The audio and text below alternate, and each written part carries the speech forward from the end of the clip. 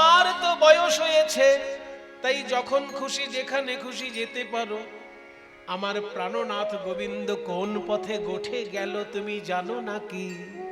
বলো কোন পথে গেল শ্যামরায়? ওগো যে মোর করিছে মন সব লাগে উচাটন, এখন চাঁদ মুখ দেখিলে জুড়ায়। যশোমতী নন্দ ঘোষ তাদের কি বা দেব দোষ, গোকুলে গোধন হইল কাল। মা যশোদা তো তার মা, তাহলে গোষ্ঠী পাঠায় কি করে? প্রাণ গোবিন্দ গোষ্ঠী যায় বলে আমার কত কষ্ট হয়, তাহলে তার মা কি করে পাঠায়? মায়ের প্রাণ কি তাহলে পাষাণ দিয়ে তৈরি? না না, মাকে কিছু বলা যাবে না। আসলে মা তো কিছু করতে পারবে না, নন্দ রাজাকে বলতে হবে। নন্দ রাজার হৃদয় কি পাষাণ দিয়ে তৈরি যে ছেলেকে গোষ্ঠী পাঠিয়ে দিচ্ছে? যশোমতী নন্দ ঘোষ তাদের কি বা দিব দোষ? আসলে এটা তো তাদের জাত ধর্ম, এটা তো তাদের কুল ধর্ম। বাবা গরু চড়িয়েছে, ঠাকুর দাদা গরু চড়িয়েছে, তার বাবা গরু চড়িয়েছে। গরু হচ্ছে তাদের জীবনের সম্পদ, গো সম্পদ। একজন গোয়ালার কাছে, একজন বৈশ্যের কাছে গরু হচ্ছে শ্রেষ্ঠ সম্পদ, তাই না বাবা? গরু তো সম্পদ আমাদের কাছে। এখন গো সম্পদ নিয়ে আমরা খুব একটা চিন্তিত নই, কিন্তু আগেকার দিনে কে কত বড় লোক সেটা চিহ্নিত করা হতো তার গরুর সংখ্যা দিয়ে। শুনে রাখুন এইসব কথা।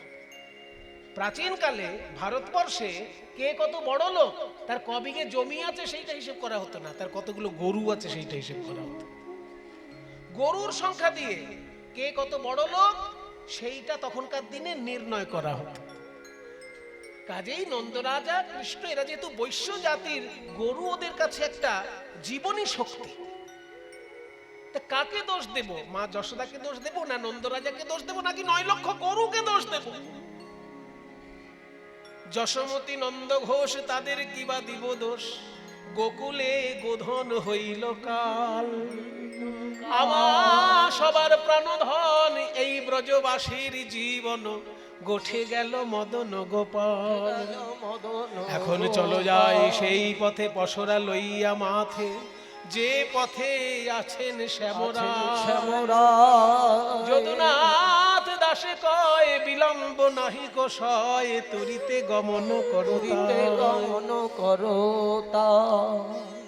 তাহলে যাব বললেই তো আর যাওয়া হয় না। দরজার খিড়কিটা খুলবে কে? ওই জন্যই তো বুড়িটা এসেছে তোদের বাড়িতে।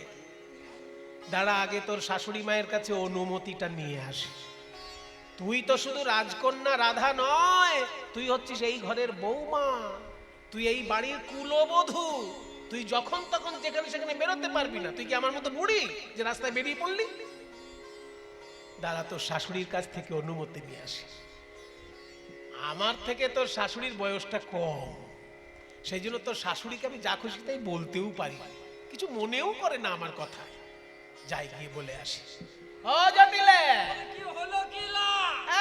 তোর মুখ দেখলেই আমার গা জ্বলে। তা তো জ্বলবে। হয়েছে এক পাগল ছেলে, সারাক্ষণ কালী মন্দিরে বসে থাকে, কাজকর্মের কোনো চিন্তা নেই। আর এক হয়েছে ঝগড়াটি মেয়ে, পাড়ায় পাড়ায় শুধু ঝগড়া বাদ দিয়ে বেড়ায়, কুটিলা তার নাম। তোদের বাড়িতেই ভাঙা ছাদ দিয়ে জল পড়ছে, ওদিকে রাজকন্যাকে বৌমা করে বাড়ি এনেছিস। তো রাজকন্যাকে বৌমা করে বাড়ি এনেছিস, এই ছাদা ভাঙা ছাদের নিচে রাখবি বলে? পয়সা কোথায় পাবো? পয়সা কি কখনো উড়ে আসে? পয়সা কোথায় থাকে জানিস না? শাস্ত্র জান, শাস্ত্র পড়, আর না পড়লে কীর্তনেরা সরে যা। হ্যাঁ, ওখানে বসে বসে শুন। হ্যাঁ, লক্ষ্মী কোথায় বাঁধা আছে শোন। শাস্ত্রে কি বলে? বলছে বাণিজ্যে বসতি লক্ষ্মী। শুনে রাখুন বাবা, এগুলো সব শিক্ষামূলক। লক্ষ্মী কোথায় থাকে? লক্ষ্মীর প্রধান বাসভূমি হচ্ছে বাণিজ্য। যেখানে ব্যবসা বাণিজ্য খুব ভালো চলে সেইখানে লক্ষ্মী আছে। বাণিজ্যে বসতে লক্ষ্মী তদর্ধং কৃষি কর্মণি। যেখানে দেখবেন চাষবাস খুব ভালো হচ্ছে, জানবেন সেখানেও লক্ষ্মী আছে। সব থেকে বেশি লক্ষ্মীর প্রিয় জায়গা হচ্ছে বাণিজ্য, তারপরেই লক্ষ্মীর প্রিয় জায়গা হচ্ছে চাষবাস। তাহলে বাণিজ্যে বসতে লক্ষ্মী তদর্ধং কৃষি কর্মণি, তদর্থং রাজসেবায়াম আর ভিক্ষায়াং নৈব নৈব চ। রাজ সেবা করলেও সেখানে লক্ষ্মীর কিছুটা কৃপা পাওয়া যায়, কিন্তু ভিক্ষায় কখনো লক্ষ্মীর কৃপা হয় না। হ্যাঁ, বড় লোকের মেয়েকে বৌমা করে বাড়ি এনেছিস, এই ভাঙা ছাদের নিচে ব্যবসা কর, ব্যবসা। আরে ব্যবসা কর, ব্যবসা করতে যাবে নাকি? তুই চল। আমি বুড়ি হয়েছি, আমি কাজ যেতে পারবো? আরে তুই তো দেখছি আমার থেকে বয়সে ছোট, কিন্তু আমার থেকে বুড়ি বেশি। হ্যাঁ, তা বলেছি। এই শোন, হ্যাঁ। আজকে আমি মথুরায় যাব, হ্যাঁ। তুই পারবি যেতে? পারবি না, তোকে দেখেই মনে হচ্ছে তুই পারবি না। তাহলে তোদের বাড়িতে আর কে আছে? আছে তো খেপা ছেলে। তো ছেলেকে বল। ওই তো সব সময় কালি কালি কালি কালি বলেই ব্যস্ত, ঘরের কাজকর্ম কিছু করে না, পাগল ছেলে আমার। পাগল? আর একটা আছে, আর কে আছে? আমার মেয়ে। এই মেয়ে? হ্যাঁ, ও খুব ঝগড়ুটে মেয়ে।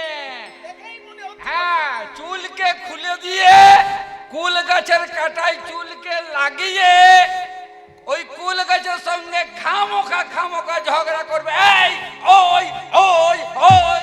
আচ্ছা, মানে ঝগড়ার লোক না পেলে কুল গাছের সঙ্গে ঝগড়া করবে। তা শোন শোন, আমড়া গাছে কি আর আম হবে? তাই কখনো হয় নাকি?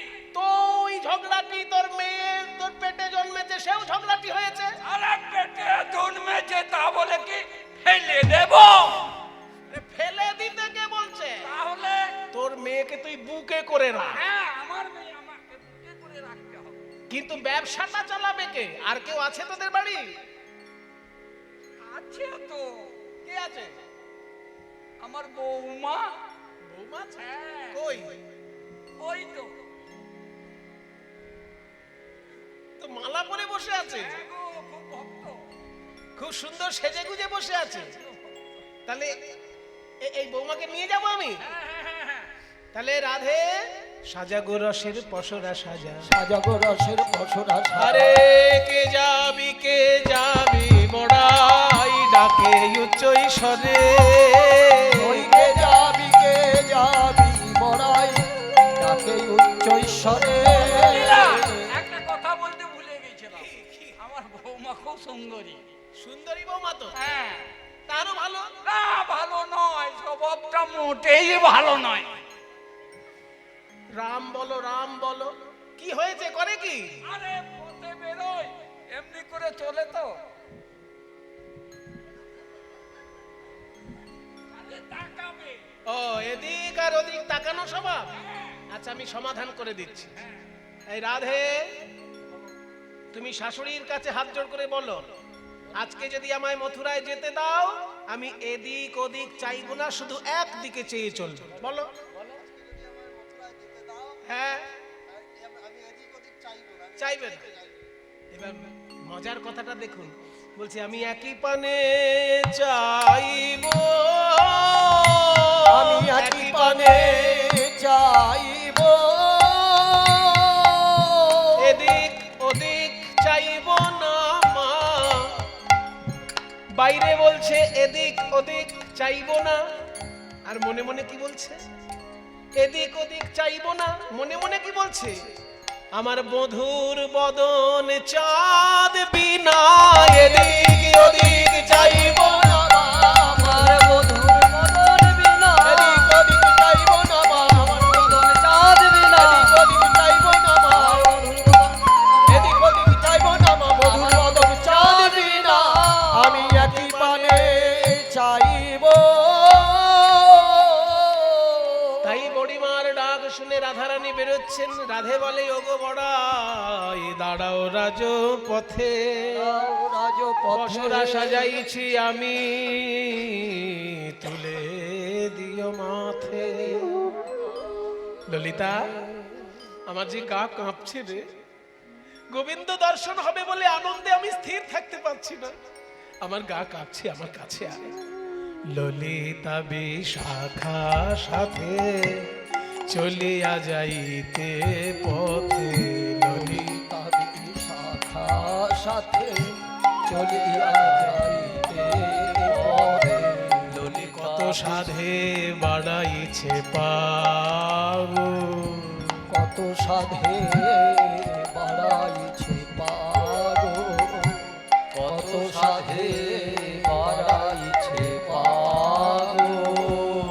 উথলিল ভাবসার এলাইল কেশভার, উথলিল ভাবসার এলাইল কেশভার।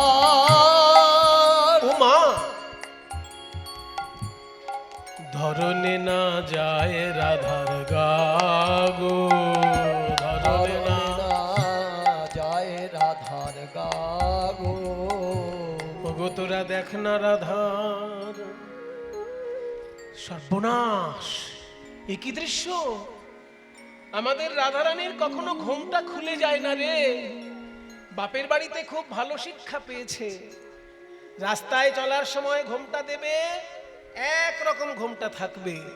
কিন্তু আজকে কি হলো রাধা, ঘুমটা খুলে গিয়ে এই লজ্জার ওড়না মাটিতে লুটাচ্ছে। কি হলো আমাদের রাধা, কি হলো আজকে! রাধারানীর গা থেকে ওড়না খুলে পড়ে যাওয়াটা সহজ ব্যাপার নয়। কুলধর্ম কাকে বলে সেটা রাধারানী মনে প্রাণে জানেন। সেই জন্য রাধারানীর গা থেকে ওড়না খুলে পড়ে যাওয়াটা মানে আত্মসমর্পণ,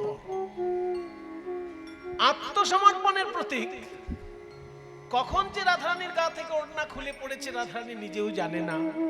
সেই জন্য পুরোপুরি ভিতর থেকে আত্মসমর্পণ এসে গেছে। এটা বর্ণনা করার জন্য গানের মধ্যে এত গভীর কথাবার্তা বলা হলো। যেমন অনুরাগ যার তার হয় না, জল অনল জ্ঞান নাই, পথ বিপথ জ্ঞান নাই, কারণ রাধার বাহ্য স্মৃতি নাই। স্মৃতি থাকবে কি করে? রাধার মন মিন, মিন মানে মাছ, রাধার মন মিন ডুবেছে কৃষ্ণ প্রেম সরোবরে। এগুলো হচ্ছে কীর্তনের খুব মূল্যবান গান। আপনারা যেরকম ধৈর্য ধরে শুনলেন, আমি আপনাদের সকলকে কৃতজ্ঞতা জানাই।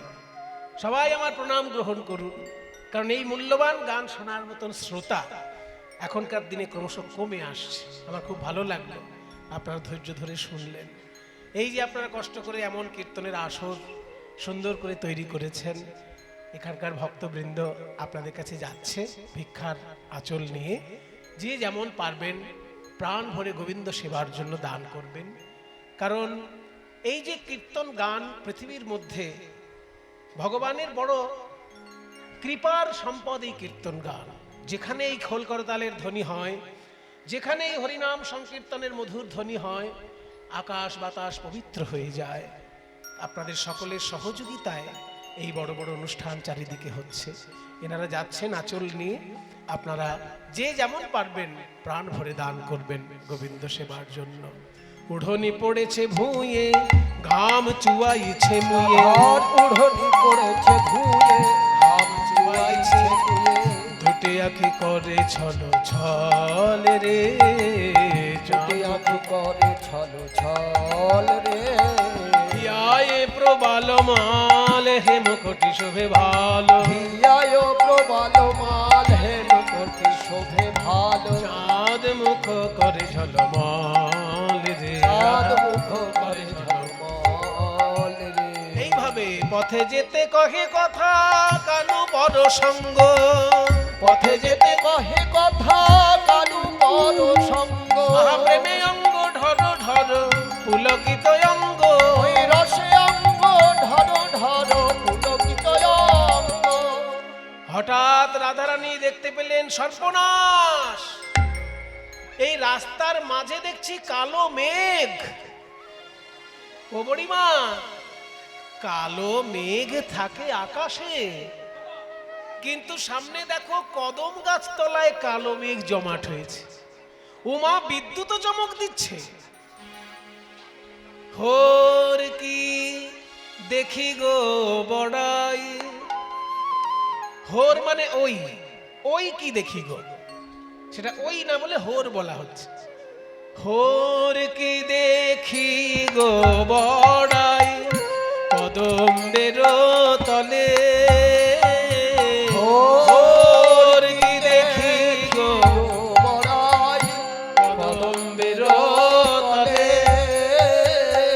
রাম তড়িত জড়িত জইছে নব জল ধরে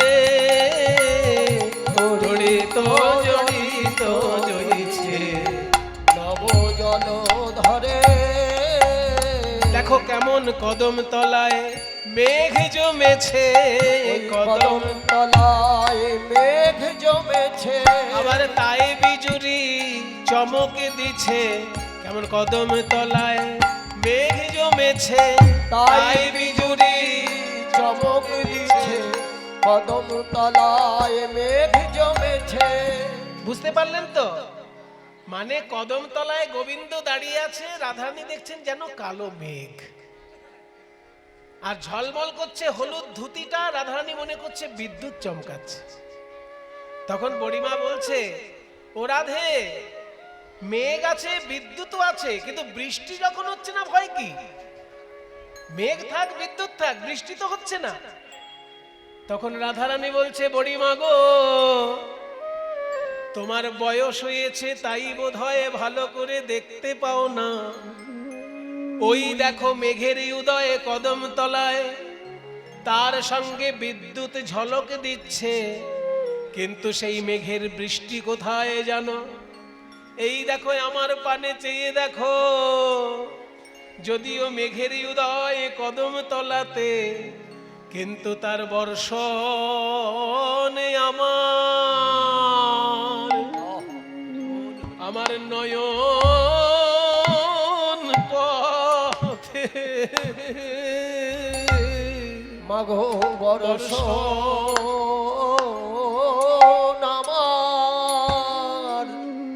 আমার নয়ন পথে। যদিও মেঘের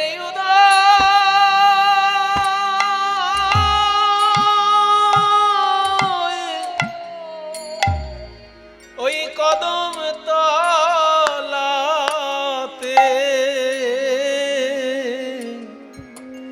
কিন্তু সেই মেঘের বর্ষণে আমার নয়ন পথে। ওই মেঘের উদয়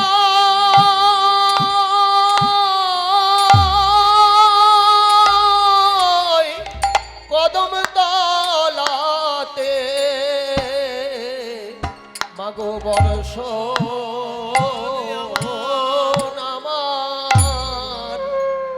আমার নয়ন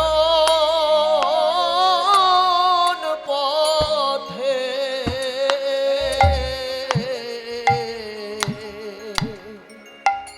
ভাগ্যবান পদকর্তা এক পাশে দাঁড়িয়ে বলছেন, ওগো রাধে, তুমি যা বলেছ ঠিকই বলেছ। এই কৃষ্ণ মেঘের বৈশিষ্ট্য কেমন জানো? এই মেঘ যেখানেই উদয় হয় সেখানে বৃষ্টি হয় না। এই মেঘের অপরূপ স্বভাব কহিতে নারী, যেথা মেঘ সেথা না বয় বাড়ি। ভক্তের হৃদয় আকাশে উদয় করি, আর নয়নের পথে বহয় বাড়ি। ওই কৃষ্ণ মেঘ উদয় হয় ভক্তের হৃদয় আকাশে, আর তার বর্ষণ হয় নয়নের পথে। রাধারানী বলছে, আমার হেন মনে হয় বিজুরি হয়ে, আমি যেন জড়ায়ে থাকি ওই মেঘের গায়ে। পদকর্তা জ্ঞানদাস বলছে, তুমি না কহো আন, যে কহিলা ধ্বনি সেই সে প্রমাণ। এ মেঘ যেমন তেমন মেঘ নয়, এ মেঘ কেমন মেঘ জানো? এ মেঘ সেই মেঘ বটে হে, সেই মেঘ বটে হে, যে মেঘ ত্রিভুবন প্লাবন করে, সেই মেঘ বটে হে। ওই ত্রিভুবন প্লাবন করে, সেই মেঘ বটে হে। মেঘ দেখতে পাচ্ছি, এই মেঘের কিরকম স্বভাব বাবা? যেখানে মেঘ উদয় হবে সেখানেই বৃষ্টি হবে। যেখানে মেঘ উদয় হবে সেইখানেই বৃষ্টি হবে। কিন্তু কৃষ্ণ মেঘ কেমন জানো? এই মেঘ যেখানেই উদয় হোক না কেন, তার প্রেম রসের বর্ষণ স্বর্গ মর্ত পাতাল ত্রিভুবনে হয়ে যায়। মেঘ উদয় এক জায়গায়, কিন্তু তার বর্ষণ 3 জায়গায়, স্বর্গ মর্ত পাতাল। যে মেঘ ত্রিভুবন প্লাবন করে, সেই মেঘ বটে হে। ত্রিভুবন প্লাবন করে, তার লীলামৃত বরিশনে ত্রিভুবন প্লাবন করে। লীলামৃত বরিশনে ভুবন প্লাবন করে, লীলামৃত বরিশনে ভুবন প্লাবন করে, লীলামৃত বরিশনে ভুবন প্লাবন করে, লীলামৃত বরিশনে ভুবন প্লাবন করে। সেই মেঘ বটে হে। চৈতন্য চরিতামৃতে বলেছে কৃষ্ণ মেঘ, কৃষ্ণ নব জলধর। আস্তে, কৃষ্ণ নব জলধর, নতুন ধরনের মেঘ। এ মেঘ কখনো আকাশে দেখা যাবে না, হৃদয় আকাশে দেখা যেতে পারে।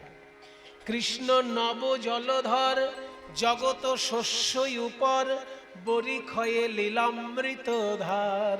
বরিখয়ে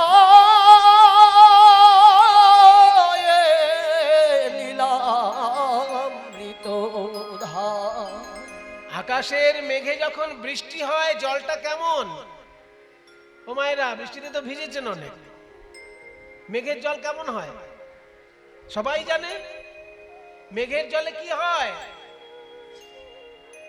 একটা উপকার অন্তত মানুষের হয়, কি বলুন তো? ঘামাচি পড়ে, তাই না?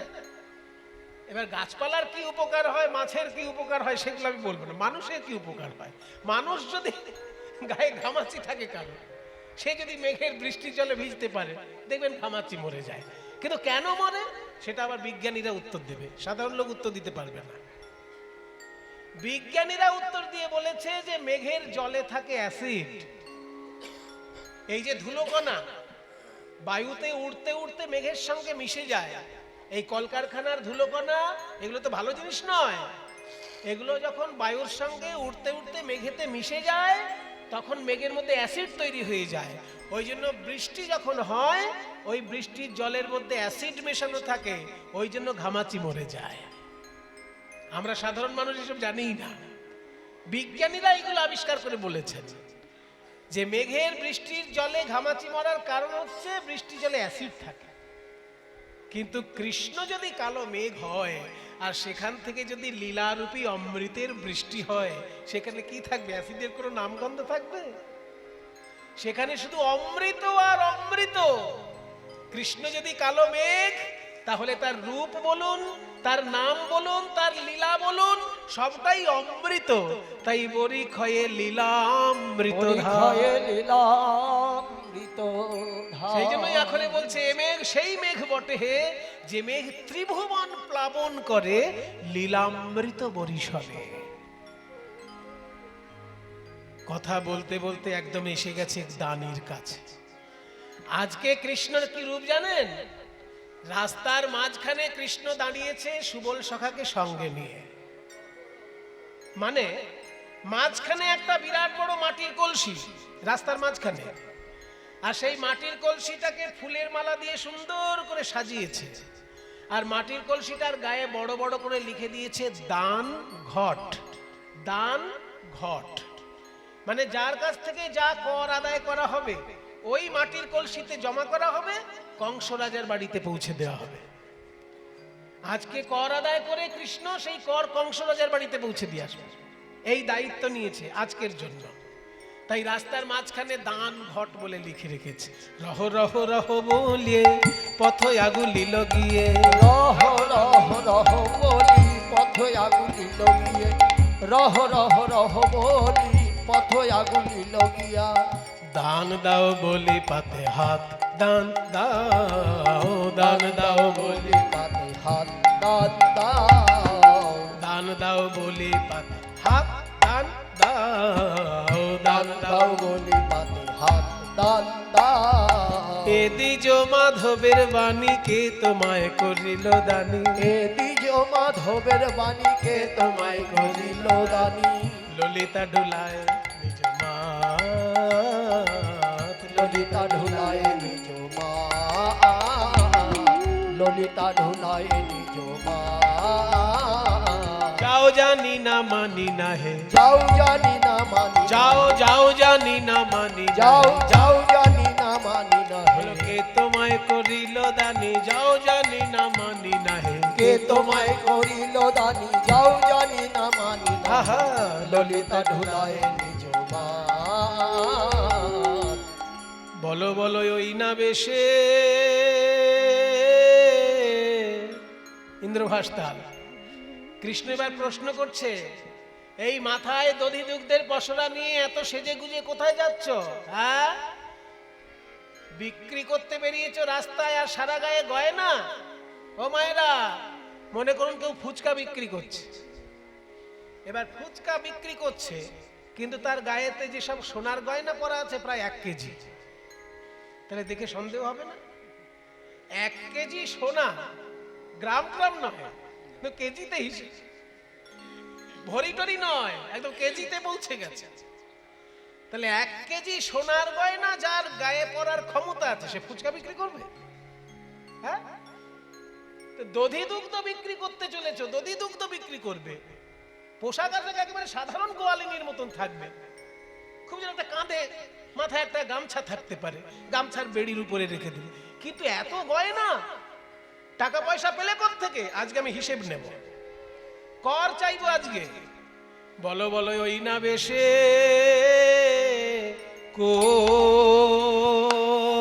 কোথায় বা যাও গোয়ালে হে,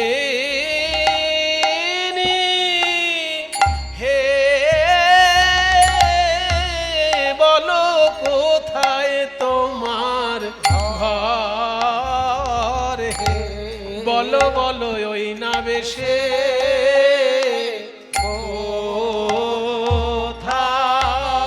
কোথায় ইন্দ্রভাস্তাল যাও গোয়ালে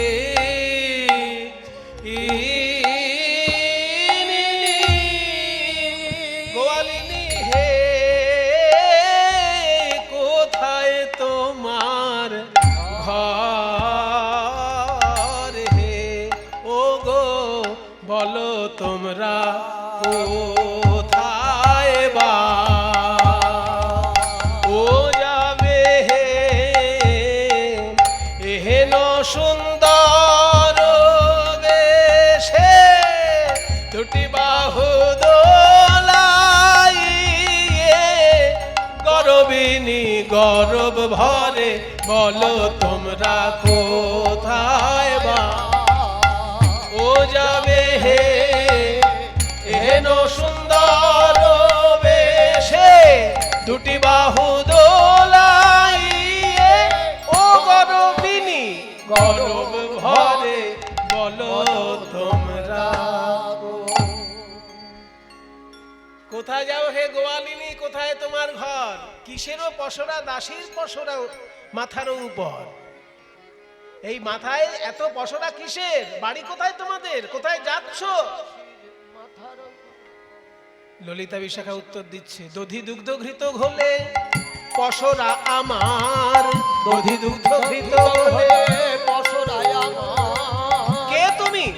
তোমার বলে, বলে মানে কথায়, তোমার কথায় আমার পসরা নামাতে হবে। কে তুমি? হ্যাঁ, কে তুমি? তোমার বলে উলাবো পসার, আর কে তুমি তোমার বলে উলাবো পসার। তুমি কে হে যে তোমার কথায় আমায় পসরা নামিয়ে দেখাতে হবে? ও, তাহলে আমাকে এতদিন তোমরা ঠিক চিনলে না, আমাকে ওই গরু তাড়ানো রাখাল ভেবেই কাটিয়ে দিলে জীবনটা। তলে তলে আমি যে কত উন্নতি করেছি কোনো খবর রাখলে না। হ্যাঁ, তোমরা তো রাখাল হিসেবেই আমাকে চেনো, কিন্তু তলে তলে আমি উন্নতি করে ফেলেছি। কিরকম? আমি কংস রাজার কাছে চাকরির আবেদন করেছিলাম, অ্যাপ্লিকেশন। তেমন আবেদন করেছি, আমার গুণাবলী দেখে গিরি গোবর্ধন ধারণ, কালীয় দমন, শকট ভঞ্জন, অগাসুর, বকাসুর, শকটাসুর, তৃণাবর্তাসুর, বধ, সবগুলো তো আমার কোয়ালিটি তো নাকি। এগুলো সব লিখে যখন জমা দিয়েছি, কংস রাজা দেখলো এইরকম উপযুক্ত পাত্র আর পাবো না, তাই কংস রাজা একসঙ্গে আমাকে 2টো চাকরি মঞ্জুর করে দিয়েছে। 2টো চাকরি। লোকে বলে সরকারি চাকরি একটা পাওয়াই কঠিন, এবার একসঙ্গে 2টো সরকারি চাকরি পেয়েছে। মানে কংস রাজার দরবার মানে সব গভর্নমেন্ট, তাই না? গভর্নমেন্ট সার্ভিস, কংস রাজা বলে কথা। গভর্নমেন্ট সার্ভিস খুব রেয়ার ব্যাপার। হিসেব অনুযায়ী ভারতবর্ষের মানে কি বলবো 10% মধ্যে চাকরি হচ্ছে, মানে 1% লোক গভর্নমেন্ট সার্ভিস করছে সারা ভারতের মধ্যে। তাহলে 100 জনের মধ্যে যদি একজন চাকরি পায়, কত কঠিন একটা ব্যাপার। তো সরকারি চাকরি পাওয়াটাই কঠিন, ইনি আবার 2টো চাকরি পেয়েছেন বলছেন। তা 2টো চাকরি কি কি তোমার? বলে আমার 2টো চাকরি কি কি জানো? বলবো 2টো চাকরি। কংস রাজা বলেছে বৃন্দাবনের লোকেরা যেখানে যেখানে পয়সা ফাঁকি দেয় সেইখানে সেইখানে তোমায় চাকরি দিলাম, মানে ফাঁকি যেন দিতে না পারে। বৃন্দাবনের লোকেরা 2 জায়গায় পয়সা ফাঁকি দেয়। এক হচ্ছে যমুনায় যখন পার হয়ে যায় তখন পয়সা দিতে চায় না, সেই জন্য তোমাকে নৌকার ঘাটের দায়িত্ব দিলাম।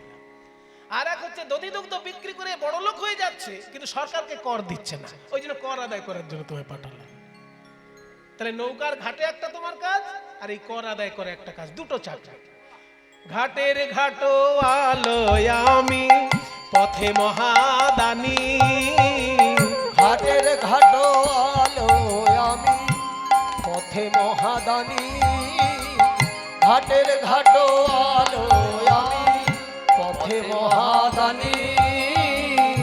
তোমায় দান দিতে হবে শোনো বিনোদিনী, তোমায় দান দিতে হবে শোনো বিনোদিনী।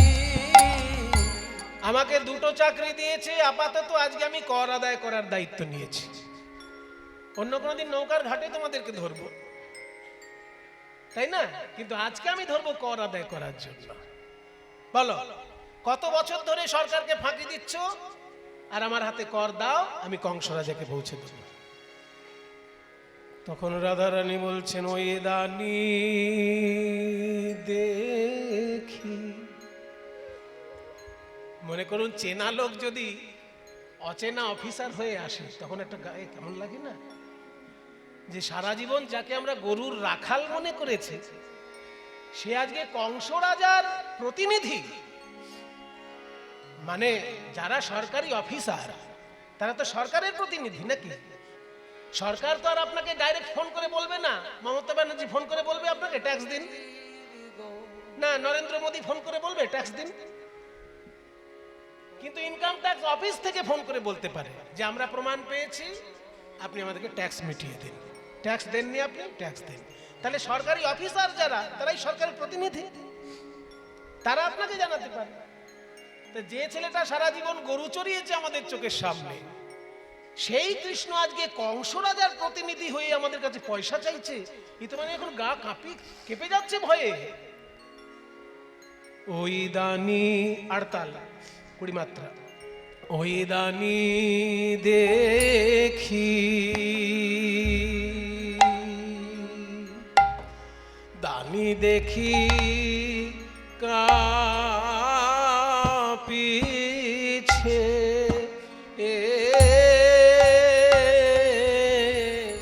কাঁপিছে শরীর গো, ও গো বড়াই।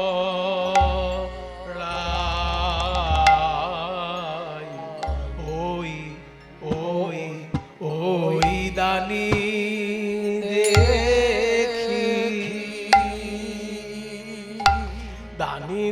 দেখি পিছে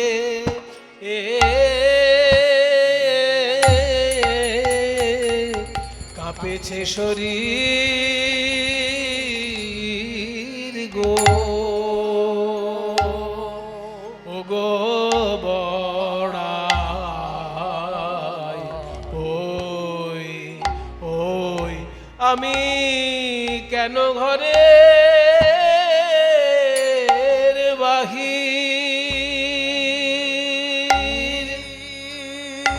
বাহির হলাম গো,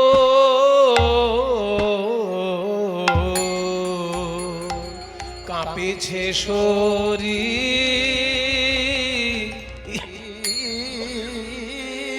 গো,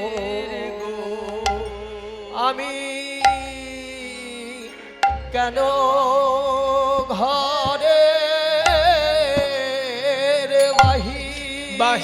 বাহির হলাম, আমি কাজ তো ভালো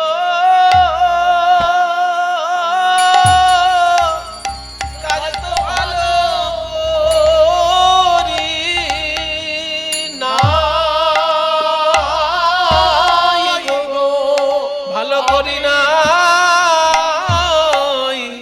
আমি কেন ওই মা গো, কাজ তো ভালো কাজ তো ভালো করি না গো, আমি কেন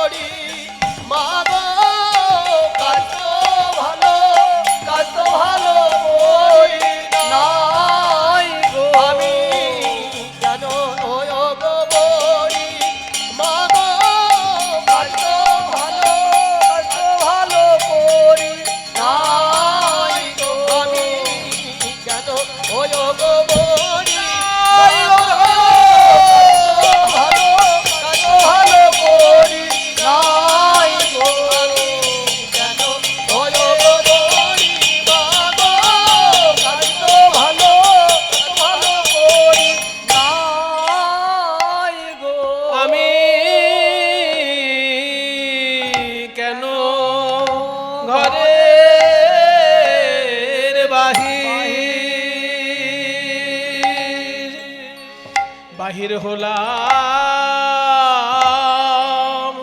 গো, কাঁপেছে শরীর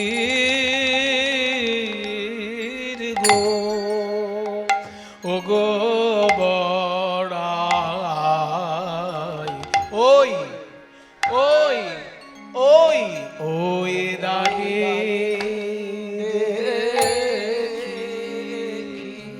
যদি জানিতাম আগে এ পথে কণ্টক আছে, যদি জানিতাম আগে এ পথে কণ্টক আছে, বলি তবে ঘরের না হইতাম বাহির গো, আমি তবে ঘরের না হইতাম বাহির গো।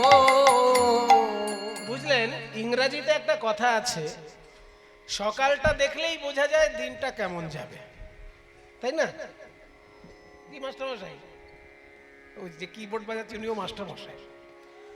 ইংরেজিতে একটা কথা আছে, মর্নিং শোজ দ্য ডে, তাই তো?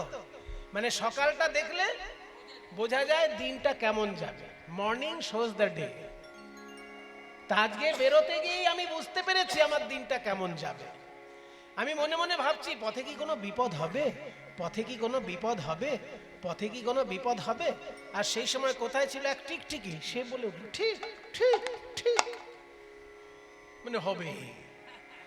আমি তবু ভাবলাম যে বিপদে গোবিন্দ স্মরণ করে যদি বেরোতে পারি। আছে না বিপদে, ওই যে বলছে সংকটে গোবিন্দকে দুঃস্বপ্নে সর গোবিন্দম সংকটে মধুসূদনম। তো ভাবছে যে আমি সংকটে মধুসূদনের নাম নিয়ে যাই যদি, ও বাবা, মাথায় ঠকাস করে গুঁতো লাগলো এক জায়গায়। তার মানে বারবার বাধা আজকে পেয়েছি, বুঝতে পেরেছি পথে কিছু একটা বিপদ আছে। ঘর হইতে বাহির আইতে ও চাল ওঠে কিলো মাথে, ঘর হইতে বাহির আইতে ও চাল ওঠে কিলো মাথে। আমি ননদিনীর হাঁচি মানলাম না, টিকটিকির ডাক জেঠি মানলাম না, হাঁচি জেঠি না গো নিলাম বাধা গো, হাঁচি জেঠি না গো নিলাম বাধা গো। যেমন হরিণী পলাইয়া যাইতে ঠেকিল ব্যাধের হাতে,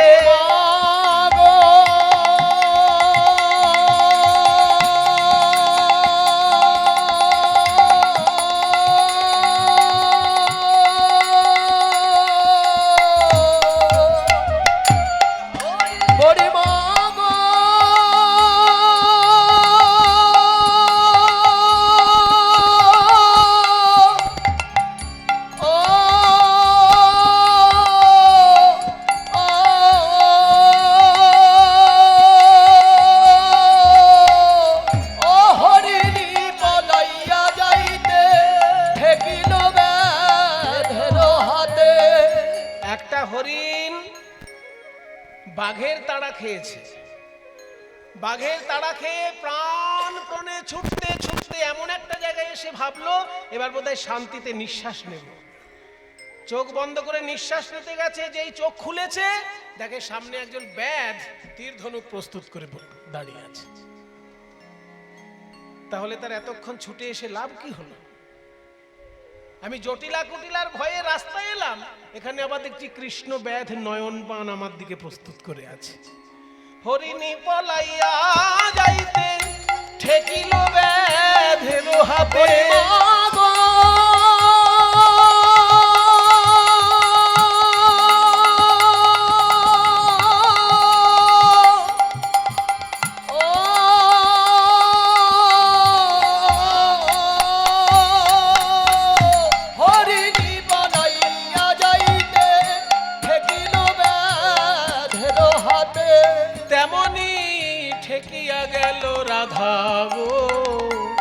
তেমনি ঠেকিয়া গরিমা